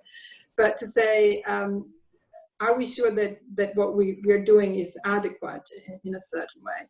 And I also would like to say that this kind of discussion go beyond the environment that we work on within the EU urban policies of with URBACT and UIA. I've seen that in the question and answer there was somebody from Taiwan who was joining our discussion, and I think that this is really, I'm really glad to see that we can use these tools also to have different voices in this debate. So I keep you on hold for now for the question and answer later on, Rebeka, and we give the floor to Darinka, if is that okay? So thank you very much for now. Thank you. So, thank you very much, Laura, for that introduction, and well, thank you again to all the hosts, the organizers of this web conference, and more generally of this initiative, this new initiative to join forces between UIA and URBACT to work on the specific issue of housing. I think this was a much needed and very welcome initiative, and well, I'm lucky and happy to be here today with you. So if we could start the presentation, please. Yes, thank you. The first slide. We have heard a wide variety of terms and concepts and labels and models of what we call bottom-up, citizen-led, community-led, and so on and so forth, housing forms. Indeed, this wide array shows us a rich diversity, and it tells us that a lot is going on. It tells us that people all over Europe and even beyond are looking for alternatives. So this begs the question, which in my case, as I work at the university, I teach, I do research, this question is a scientific question also. Looking beyond the specific labels and examples, we as scientists, we want to make sense of what is going on at a wider societal level. Why are we talking so much about this today? And I would like to introduce this term of collaborative housing that many of us, I've heard it repeatedly in many presentations. From the research community in Europe, at least, we have a network where we gather and we discuss housing issues. It's called the European Network for Housing Research, ENHR. For 5 years now, we started a new working group to study these types of housing, and we call it collaborative housing. Why? Because unlike in traditional or conventional forms of housing provision, which are either market-based, so a developer produces housing for a consumer, so everything is already ready for the consumer to just pick a house and move in, right? Or social housing providers also, they produce housing. But to what extent do the end users, the residents, have a say in the project? Not only in the architecture, but also in the way they are gonna live in this new housing, right? So collaborative housing, as opposed to conventional housing forms, has in common, all these forms we're discussing today, has in common that residents, first of all, they want to have a very strong level of participation throughout the process, from the very conception through the development or redevelopment in the case of refurbishment, for instance, or repurposing of a building, and even expanding the life of the project by saying we want to manage, collectively manage many aspects of our living together, the social activities, the spaces, the maintenance, etc. So this requires collaboration. This requires decision-making, which is collective, which can be slow, can be riddled by conflict, by disagreement, people dropping out, etc. However, the understanding that collaboration is at the center of all this form is what gives us this common thread through which we need to find new approaches. So basically all these forms that you see there, co-housing, which by the way, co-housing is a specific model. If we look at it scientifically, it is a specific model that was born in the 80s in Denmark and then was adopted in the US. So this is why we do not use co-housing for the whole umbrella. Side note. So co-housing as a specific form, community land trusts, cooperatives in many different forms across the world, they all form part of the big diverse family. If we go to the next slide, please. And we see that in reality, this is nothing new. There is a resurgence, if we believe this is what's happening, of old and new models and new interpretations of models. But if we look at history around the world, this type of housing alternatives have sprung up at different points in time, led by either industrialization and urbanization over 100 years ago, the workers' movements. Then in the 70s, if I take a big jump, there was also some emancipatory movements, such as the female emancipation and gender, and which thought, well, we need to organize domestic work differently so that the women also had more freedom to go to work. So why don't we live together amongst families and we organize our work in teams, and men can also participate and can also take care of the children. So all these social trends and even technological trends have contributed to different waves of thinking about housing as a collective endeavor. And today, in the 21st century, we see that there's a very strong revival of these different shapes and forms, but with new initiatives. So what characterizes, broadly speaking, the new forms of collaborative housing? And we see it through the presentations before, the concrete projects. We set these projects against a context of widespread, global, and structural housing crisis.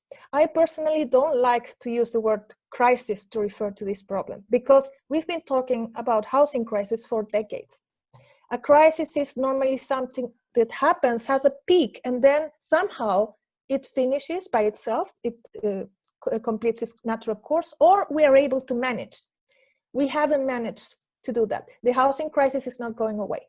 So what are people doing in the face of the inability, the shortcomings of established housing provision forms, the market, in many cases institutional social housing providers as well, the inabilities of these actors to fulfill a number of needs: affordability, accessibility, social inclusion, sustainability, to name a few.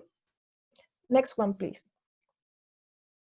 So in this slide, you see some classical or old drivers or factors that have led people over time in different places to opt to engage in collaborative housing forms. Because as we have heard by speakers, collaborative housing takes time, takes a lot of engagement, personal commitment, and we see through data collected that actually there are a lot of projects that get started, but very few are completed. There's a high mortality rate. So researchers and also practitioners are busy trying to understand why. What are the main obstacles? Why can't we have more collaborative housing projects realized, actually?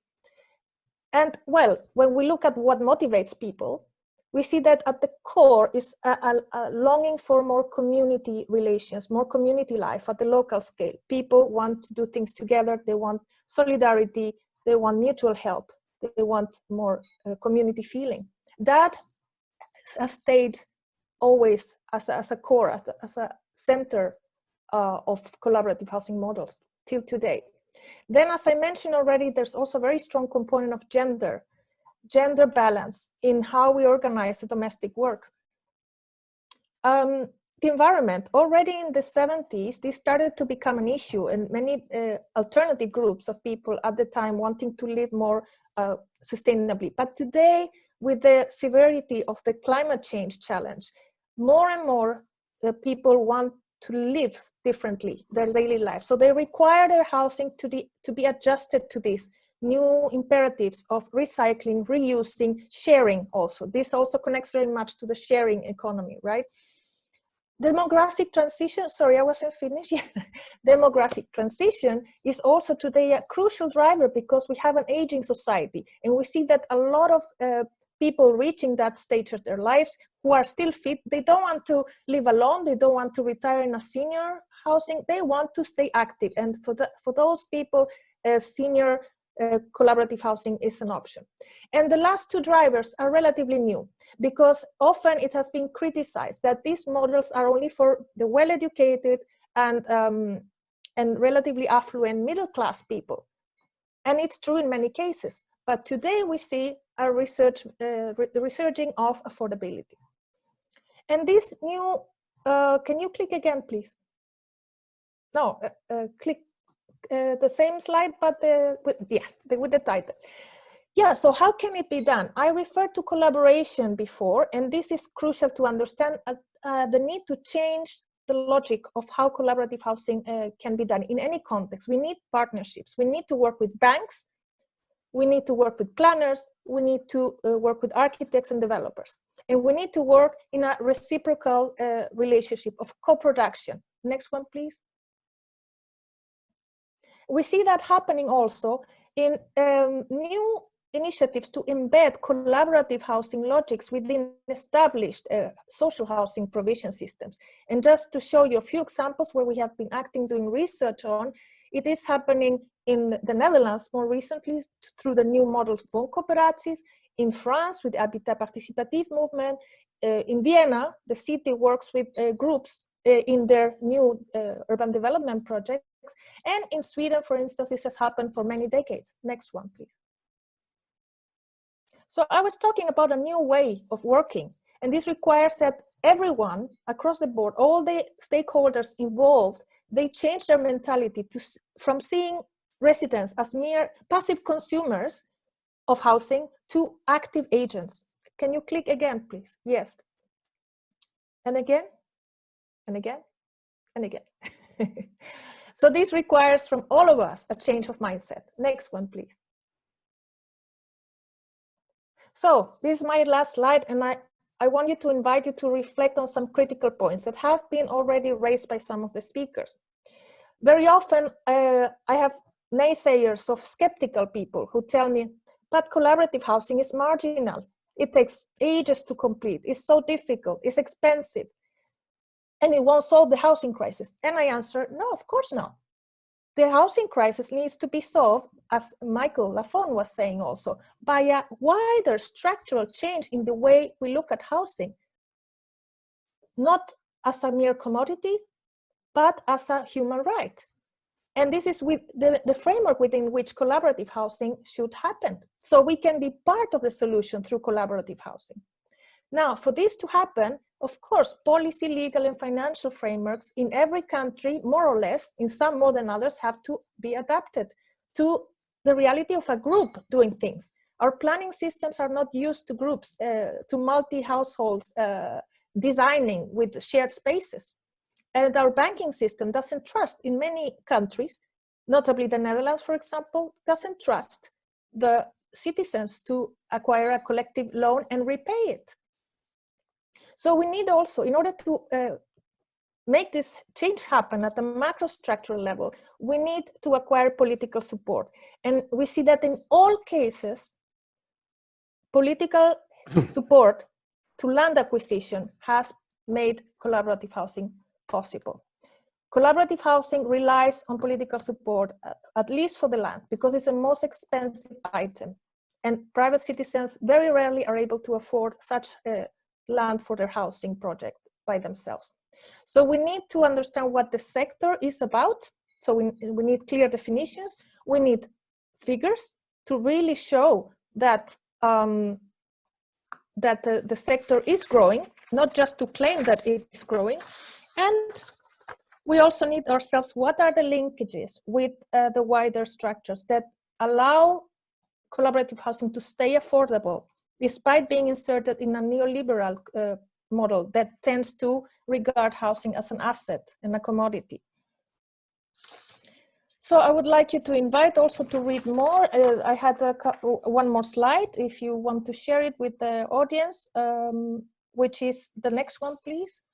It's about some work I've done. Mostly they are academic papers, but myself and my group, if you show the next slide, last one, please. Yeah, you see there our logo. We are a research laboratory based at TU Delft, and we have a website, collabresearch.net, where we have a lot of general outputs, also for a general audience, not only research papers. So I invite you to get in touch with us if you have questions and if you have ideas to work together. Okay, thank you. Thank you very much, Darinka, and thank you for also the last information. I want just to say that we are collecting references from all the speakers, and they will be available online on URBACT and UIA website. I also would like to report on one of the comments that came to us. It comes from Liat Rogel, and she is the coordinator of a partnership, of a network that we have in URBACT dedicated specifically on homelessness. And then she is also working on co-housing initiatives, and she said that through her research and her work, she's saying that co-housing initiatives are handling better the situation today. They say they are more resilient, and she's saying this is also a new way or a possible way to push new initiatives to build on collaboration, to use this crisis moment to spread more collaborative housing models. So I would like to give the floor back to Levente for the last round of questions, and then we will close our meeting with the words of Michalis Goudis from Housing Europe, the umbrella organization housing providers in Europe. So thanks, Levente. Thank you very much, Laura. I would like to start with Rebeka, and we have a question from Cristina Kereszte from Budapest, I guess, who's aware of how how important an experiment this UIA project is in Budapest, where there's no context for similar experiments. She's asking that this project required a lot of public investment, right? So what would be the conditions for transferring this to other parts of Budapest or other parts of the country or the region if we don't have this kind of public investment possibility? Well, as you may know, the municipalities have buildings and apartments. So almost all the municipalities, mainly in the cities, they are doing housing, they are caring about housing issues, and they have to spend money on that as well. So I think the basic is that the question, how do we spend that money? Of course, this building will be quite a special example, but a lot of money and effort and energy in the frame of this project is going into develop the methodologies, the programs, for example, how to work together with the tenants, what kind of mentoring programs can we provide for them. So I think a lot of knowledge we will develop, what can be shared afterwards. And if a municipality, let's say in Budapest, together with the Budapest municipality, because we have this two-layered structure in Budapest, or if there is a national program to give some small support, then together with the money or financial possibilities of the certain municipality, this project can be repeated. So I think what is very important, then we would like to change a bit the view of social housing in Hungary and Budapest, because this is something, you know, politicians and leaders think that this is only for, you know, people who are, you know, who don't work or who don't have income or who don't do anything, but it's not the case. As we heard, you know, there is a housing crisis, so even people with income are struggling to have a decent apartment or housing. And I think it's a very important thing to say that, okay, leasing, rent good quality apartments is a more and more important duty of municipalities and also of national governance as well. Thank you much, Rebeka. I think it's also a very important message for the whole discussion that public authorities can and have to take a more important role in providing affordable housing. Another important aspect of your project, Rebeka, is also sustainability. And we have a question from Christian Dar, who, by the way, works in a foundation to move properties out of speculation. Who would like to know a little bit more about how do you work with the building waste and also building materials? Could you introduce a process, for example, to recycle some of these materials later? Is it part of a larger process in the neighborhood? The architects were thinking and designing the building in a way that we have several material which is recyclable. So this is what I mentioned, that it's a very unique thing that we will use a lot of wood in the structure of the building, and which is really not common in Hungary at all, but we did it because of this recyclableness. At the moment, there is no building on the area, so there is nothing what we can recycle on the spot. But when we calculated the almost nearly net zero energy status, then the architects calculated also the material flow. We can provide number by email if someone is interested. Thank you very much. So there is a way to integrate cooperative housing, co-housing into also more sustainable flows of materials. Yes, and energy. Absolutely. This is very important. And I would have one last question to you before moving to Darinka, is about, again, diversity and the selection of tenants. How did you said you don't have the tenants yet, you have a focus group. What is the process of selecting the tenants?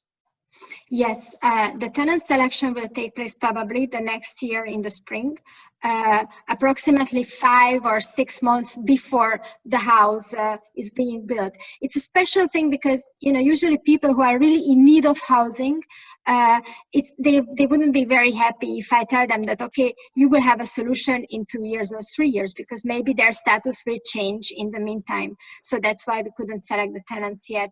But we are working on the selection criteria system, which will be a kind of scores, points we will give to the people who are applying for being tenants, and we will try to measure their social status, how much they are really in need of housing. We already have a system in Zugló municipality which is a bit similar, and this was the basis, and we were working on it more to focus on this project. And it will be made public, of course, also the selection criteria system. Thank you very much, Rebeka. And I have one overall question to Darinka. You spoke about a lot of things, but especially 2 aspects of the questions I found very important. When you talked about the diversification of types of co-housing, and there's also a growing number of co-housing projects across Europe and the world. Ioana Dascalopoulou was asking if this could correlate with an aging population. Maybe the fact that in Europe we have an aging population, will it lead to more co-housing projects potentially? And also I would come back to Liat's remark that Laura was mentioning, that we can see that in this crisis situation, co-housing projects are dealing better with probably with solidarity aspects. Would this be another drive to, you know, help increasing the number of co-housing projects, helping different countries and cities to build new co-housing projects? And what can we do on the European scale for this? Thanks for your interesting questions, Levent. Indeed, well, with regards to the aging issue, aging demographic change, as I said, is actually one of the main drivers of the new waves of collaborative housing. And we do see that in many countries, well, there are preliminary figures that show that there is an increase in this type of projects. And also we have countries like Denmark that have recently started government initiatives to do more research into the possibilities of these models to be a better solution for elderly people. And they're putting money and effort into developing actually more collaborative housing projects. So yes, I think definitely the senior population, but here we have to distinguish also, they're senior only projects and they're also the multi-generational projects. And in both there are very interesting approaches to how to deal with this this group. So I think that diversity is increasing at the moment. And then your second remark was about the sorry, can you? Yeah, the resilience to the crisis. Yes, that's also a very interesting topic. And of course, we've been very actively exchanging with the groups with whom we work in our collab research group and groups of people, and we see a lot of creativity. I think it would be an interesting hypothesis to test in a way to see, well, these people who engage in this type of projects are per se people who tend to show more solidarity and care for others. So it is, I suppose, reasonable to expect that in a period of crisis, they would tend to try and come up with solutions on how to deal with this lockdown and help each other, continue to help each other despite the issue of proximity, right? So I think this is a very interesting question that we should explore definitely in the crisis and post-crisis. Thank you very much, Darinka. I think, yeah, I would give it over to Laura. I think this is a message also that we hopefully can build on in the future. And, you know, we have a lot of organizations together with us, URBACT-UIA, who can actually help in different steps to get a stronger co-housing ecosystem across Europe. Sorry, Laura, I will give it over to you. Yeah, thank you very much. In this, I think it's very challenging, honestly, and you know, I'm very doubtful how things are going to go with the virus, whether there is more or less solidarity, whether there is more like egoism because we are all feared to get sick or not. So I think we are all listening and trying to understand what is happening, and we really need to stick with important ideas and discussions ongoing and learning from what is actually happening, because we don't really know. But anyway, so long discussion. I think I'm getting hungry. It's time for I think for our bodies to get new sugar. But we have the dulcis in fundo of our discussion, and it's Michalis Goudis, who has been listening in silent for all the time for all this conversation. And Michalis is working in Housing Europe, as I was saying before. The housing the umbrella organization for housing providers, and Housing Europe has been very, very active and obviously in lobbying in the urban agenda, in collaborating with other international organizations I mentioned before, the IUT, but also FEANSA and so on. So it would be really, really interesting to have your final comments on what is the position of Housing Europe, and also what is the position of the Commission, who doesn't have a clear and direct mandate on housing, but it's actually influencing very much also the housing situation in Europe. So thanks, Michalis, and then we will greet you for the final with the final appointment information. Thanks.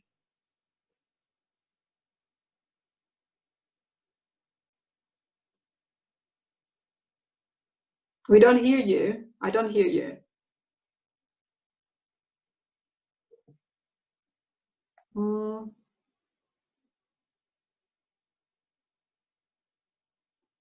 I personally don't hear. I don't know if everyone else is hearing Michalis. No, apparently no sound. Maybe, Michalis, you can take away your microphone and try with a normal computer mic. If hear me now? Yes, great, fantastic, thanks. Okay. It says that I'm muted by the host, though. Ah, okay, so it was not the, yeah. But is it okay now? Okay. Yeah, we hear you. Okay. Yeah. Okay, I get conflicting messages from Zoom, but anyway, it's part of the deal, I guess, of home office and so on. But anyway, I want to start by just sharing a few words about what is Housing Europe, although you briefly explained it. Housing Europe is the European Federation of Public Cooperatives and Social Housing. And it has been established 31 years ago as a network of national and regional federations that gather more or less 43,000 public, social, and cooperative housing providers in 24 countries. And all these organizations altogether manage around 25 million homes. That's more or less 10% of Europe's total housing stock. To the point now, I will divide this very short intervention in 3 parts. First of all, I would like to share with you how the relationship between the Housing Europe membership and collaborative housing looks like. In particular, I think we have to share that our cooperative members share more or less the same borderline, I would say, of the housing spectrum with collaborative housing projects. They share values and usually are actively involved as well in exchange with this type of projects. Some of them even adopt co-productive approaches while developing their own projects, which is central to collaborative housing, as Darinka stressed before. And I would mention very briefly a few examples to make this case. For instance, in Ireland, Cooperative Housing Ireland is trying to support new citizens groups that come to them for advice and leadership based on their experience on how to practically develop their own project. For instance, they mentioned lately to us a case of a group of nurses that were trying to create their own co-housing project, and they came to Cooperative Housing Ireland for help and advice. The same happens in Italy with cooperatives there that are trying to promote the cooperative model to this new emerging solution, as is the case also in Flanders, in Belgium, with the Association of Flemish Social Housing Companies, VVH. They are helping setting up cooperatives being developed at the moment. It's a very active region. 18 projects that could be categorized under collaborative housing are being developed at the moment. And as we've been hearing from VVH, both sides are learning a lot from this exchange. At the same time, we have cooperative members in Sweden, for instance, like Riksbyggen, where they produce tailored solutions based on the new needs. For instance, Riksbyggen in Göteborg, they develop in a co-productive way again a cooperative housing project targeting only in particular young people, young working adults that despite having a stable job, they cannot afford decent housing solutions. So Riksbyggen is developing a tailored cooperative housing concept, taking elements from the collaborative approach. And then a really good case, I think, very representative of this exchange. I mentioned that I had also presented briefly in Porto at the Cities Forum during the first meeting we had, is Wohnbedrijf from Eindhoven and their project Space S. Co-creation there is at the core of the delivery. They produced 400 homes for regular and student housing projects, but they do not choose their tenants, but the residents actually choose this particular project. They use multiple tools from social media to online surveys, and actually the owner organization highlights that the DNA of SpaceS is the interface between green and urban together, and self-flexibility and framework. So indeed, there is a lot of room for cooperation between more established organizations like housing cooperatives and the collaborative housing projects. Housing Europe itself, the team here in Brussels, has also engaged in a closer collaboration with initiatives like, for instance, Community Land Trust Brussels, that was represented today by Arthur, but also Urbamon. These two organizations have joined our network last year, so they are part of the Housing Europe family. The second point I would like to make is this link between the EU and the right to housing, as you mentioned, Laura. I think over the last decade, in particular after 2016, when the Pact of Amsterdam was implemented with the European agenda, and in particular the housing partnership, especially since we have Michael Lafond with us, I think that housing has been getting higher and higher on the EU agenda. That's quite safe to say. And there has been a shift away from this statement that we kept hearing here in Brussels, that the EU has no competence in housing. I think that through this regular exchange, especially through the urban agenda, we managed to establish this understanding that the EU may not have the competence, but has clear influence in the ways in which the right to housing is or is not actually implemented and guaranteed in the member states. So this couldn't have been different as well now, as Europe has been confronted not just with this coronavirus housing crisis, but this long-standing housing crisis that Darinka presented. This pandemic, though, has made it clear even to the ones that had chosen to pretend housing crisis does not exist in Europe. I think we should really highlight the potential of the European Pillar of Social Rights. This is the first time that in an official text of the EU adopted by all member states, non-binding document, though access to social housing is recognized as one of the principles, and rights essential for fair and well-functioning labor markets and the welfare systems in Europe. And I think this, we could say, that reflects a change in the political approach. And maybe it creates the necessary momentum to put forward concrete implementation measures, because that's now a major challenge for the pillar in the coming years. Right now, the European Parliament is putting together an own initiative report. It's currently compiled by Rapporteur Kim van Sparentak, it's a Dutch MEP, with the Greens on the need for decent and affordable housing for all. I think this particular report pretty much is expected to describe Europe's housing crisis, again in a non-binding institutional document, and also to suggest ways in which the EU can help address the crisis, especially given the ambition level of the Green Deal and the renovation wave that were presented by the Commission. Recently, we've heard Rapporteur van Sparentak publicly recalling, also in a podcast we had with her earlier this week, that this needs to tackle the housing crisis and the climate crisis, given the mobilization of the Commission. And then the third point for the EU level of, let's say, the EU level mobilization when it comes to right to housing is, of course, funding.